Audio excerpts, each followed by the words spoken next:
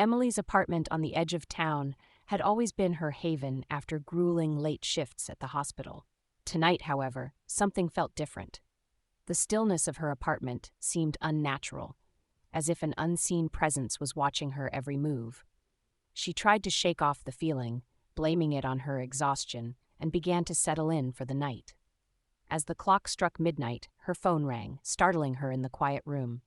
The caller ID read unknown number. She let it ring, thinking it was just a late robocall. But when it rang again seconds later, a sense of unease crept over her. Against her better judgment, she answered.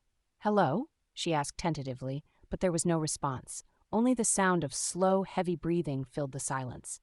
Her pulse quickened. "Who is this?" she whispered, gripping the phone tighter. After a pause, a faint whisper replied, "Emily." Her name, spoken by a stranger in the dead of night, sent a chill down her spine. She hung up, feeling her heartbeat race as she checked the locks on her doors and windows, but everything was secure.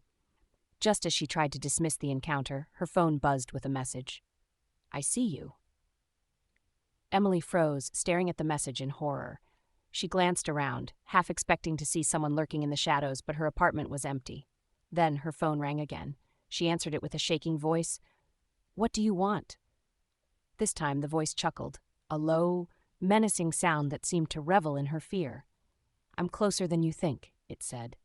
Her breath caught as she threw the phone down, backing away. Just then, a knock echoed from the front door, loud and deliberate, each knock rattling through her silent apartment. She crept toward the door, dread building as she looked through the peephole. The hallway was empty, but her phone buzzed again with a new message. This one contained a photo of her taken from behind, standing in her own living room. Her blood ran cold as she backed away from the door. Desperate for help, she tried dialing 911, but the call wouldn't go through. Suddenly, she heard a faint rustling from her bedroom, a sound that made the hair on the back of her neck stand up. She picked up a heavy bookend, clutching it tightly as she inched down the hallway toward her room. Her phone buzzed again with another message. "I'm waiting for you, Emily." She stared at the screen in disbelief, then slowly pushed open her bedroom door. The room was dark, but in the shadows, she could make out the closet door, slightly ajar, casting an eerie shadow.